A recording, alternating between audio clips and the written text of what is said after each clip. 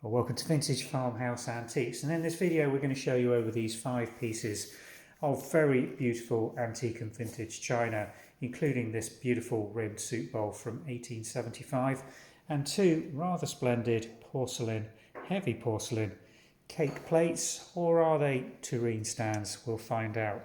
So grab a drink, make yourself comfortable, and join myself and Kate while we have a look at these lovely pieces of English antique china. Well, let's start off with this teapot. This is one of Kate's purchases, so I'm going to let her lead on this and tell us a little bit about it. Well, we were walking the dogs this morning and we happened to walk past one of our favourite charity shops and I spotted this. So I popped in and probably bought it after I'd checked it over. Mike didn't actually get to check it over, which he was a little bit annoyed about because he does like to check things over. But I'm very pleased with it. And if it doesn't meet his exacting criteria, then I will be keeping it. It's a nice looking thing. Lovely sort of big gourd shape, isn't it? Continental? It reminded me of my Portuguese cabbage ware. Yes, very good match for which that. We have quite a lot of up on our dresser, so I thought... Same colour palette, same sort of greeny, and comes from the same area in Portugal. It's a nice size, it's a good usable teapot. Okay, let's have a look at the China mark on it. Okay, you're right. Portugal, trellis, hand painted. So we've done a little bit of research on this on the internet, found out there was a guy that worked for, was it Royal Worcester? I think it was Royal Worcester, yeah. I think he was actually in charge. Okay, didn't work for them. He was quite high up in Royal Worcester. Well done. Okay, and set up a sort of tableware porcelain type business. In the US? In the US. So this is probably not ever intended for the UK market. We do get quite a bit of American china coming back around here from the US air bases in East Anglia. So this may well have started life in Portugal, ended up being sold somewhere in the US, and then at some time made its way back into the UK and has ended up in Elsham charity shop this morning. It's a really unusual shape for a teapot, quite light in its weight for its size. You pick that up and you think it's going to be a massive thing. In lovely condition. Does go really well with the Portuguese bordello cabbageware type pottery that we see and people collect and love. Lovely sort of, it's more vine leaf than cabbage leaf, isn't it? But it has got some textured decoration on it and in really fine condition. Yeah, I just love it. Something about it just warms my heart. It makes me think of summer. I just think it's a great teapot. I think the spout looks mean and the handle looks... I love the handle, but overall... I can't explain it. I just love the teapot. And actually, it's quite a rare find and I've checked it over. UK. It's in fine condition. Really nice piece. Lovely. Okay. Well, the second piece we're going to show you is one of these 2 matching plates made in porcelain, actually. Now, they're really heavy. And judging by the style and pattern on these, we think they're probably late 19th century.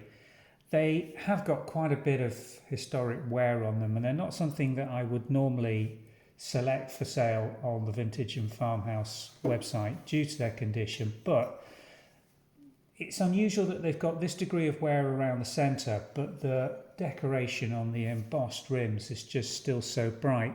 There's no factory marks or anything on them. They have got some incised line marks here, but I'm not drawing any conclusions from that. There is a sort of stylized D on that, which could possibly suggest they're Dresden, and they'd certainly tie in with the period of manufacture and style of what Dresden was producing, but I'm not going to make any claims regarding that.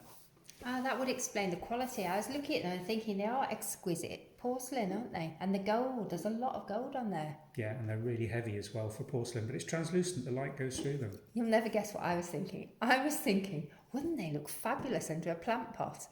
You know, I think that's what they started life as, not a plant pot, but certainly I think these are tureen stands. And they would have had a squared based, formal, large source or tureen. Hence the wear and tear in this area. It's the only thing that explains it. They've been separated, obviously, from their tureens at some time over their life.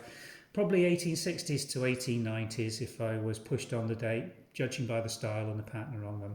They're lovely things. We're selling them as a pair, not making any claims with regard to the factory of manufacture. We've tried to Google Lens them to see if we can find anything matching or similar.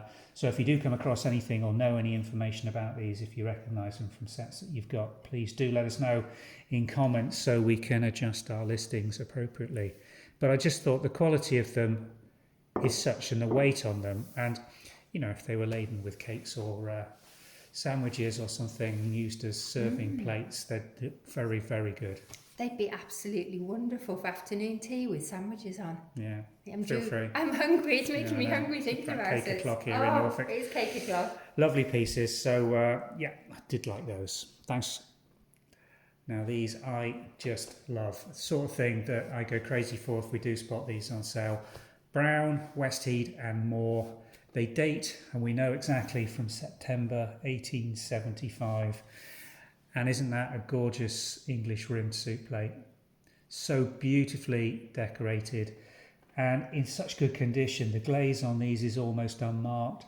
The pattern so beautifully picked out by the decorators with this, what is basically a grey and white transfer print, then hand coloured by the decorators in a very simple two-tone design here, just with this lovely buttercup yellow or buttercream yellow. It's not a really bright yellow, and the pastel orange in the flowers. Let me show you the china marks on these. We've got a diamond RD stamp. We've also got the RD registration number 641182. They are impressed here as well, and then we've got the decorator's pattern number for them, which is 34719. So in overall fantastic condition, just over 10-inch English rim soup plates, and we've also got the matching side plates, again in absolutely superb condition. When you say side plates, have you got more than one? 4 of these and 4 of these. Ooh, So not exciting. an extensive dinner service by any means, but enough to sort of set a table, and certainly to have Soup and a sandwich. soup and a sandwich. Well, yeah, very posh soup and a sandwich. I love soup and a sandwich. I know you do. We actually use these for pasta, don't we? We do. Not these particular ones, Not but we these have ones. our own, a set of our own ones. But we were always encouraging you to think how these older designs of china, and these were intended as formal dining soup plates. And actually, we use them a lot for salads. And Salads. stews, curry and rice. Anything with a naan bread to dip in that it. needs a bit of a deep recessed bowl type for serving it, as opposed to a flat dinner plate, then these are absolutely ideal. And what a beautiful piece of English china history to eat your dinner out of. Sausage and mash. Got you So going also now, anything haven't you? that's got a liquid sauce. You need a cookery channel. You should give up china. I love those. I think they're absolutely fine. Okay, one little bonus extra we're going to just show you here. It's of no commercial value at all, but who cares? Just look at this beautiful. I'm not sure that's strictly true. I think it still has some value because it's usable. It does have quite a lot of damage on it, I will admit. I bought a lot, and this was one of the items in the lot. It's not the item that I bought it for, but I just love it. It's not going to be going on sale because, as you can see, it's had a horrible accident at No some point. commercial value whatsoever. People, it's part of the education that we need to share with people. If things have got massive, great big chips on them or cracks down them, as this have, then aesthetically you may love it, and yes, it may be usable. But in terms of selling it on to a third party, in terms of how absolutely, it's probably worth about a £5 if that on a car boot. I'd pay a £5 for it. Would you? Yeah, well, you would. I'd walk past and find the one on the next stand which didn't have all these chips and breaks on it. I just But love the colours. I do love the colours. And look how wonderful it looks with my wonderful bargain amaryllis, which I bought recently for £1 from a local garden centre that was having a clear out. I knew it was not going to come up in a full flower. I think It's they not planted that. actually looking too happy Very, lower very down. I think it's got a bit of rot on it, actually. Hopefully it will survive and Yeah. put some leaves on. Saw you coming. I'm surprised I didn't sell you the Jardinier with it. But yes, a lovely overall thing. Lovely pink, Majolica, late Victorian. Seen better days, unfortunately, but I'm sure it'll find a home You here know, at the vintage farmhouse. Those colours are absolutely perfect for our house because look, our Yeah. kitchen's got green, it's got that pink, we've got that sort of Oh, colour. it's on your palette. It's on my colour palette. Yeah, brilliant. Okay, so that concludes our short show and tell and china examples and demos for this afternoon. If you have any questions at all about any of the items in our show and tells, or any items generally, just pop them in the comments. We'd love to hear from you, and we're always happy to answer questions.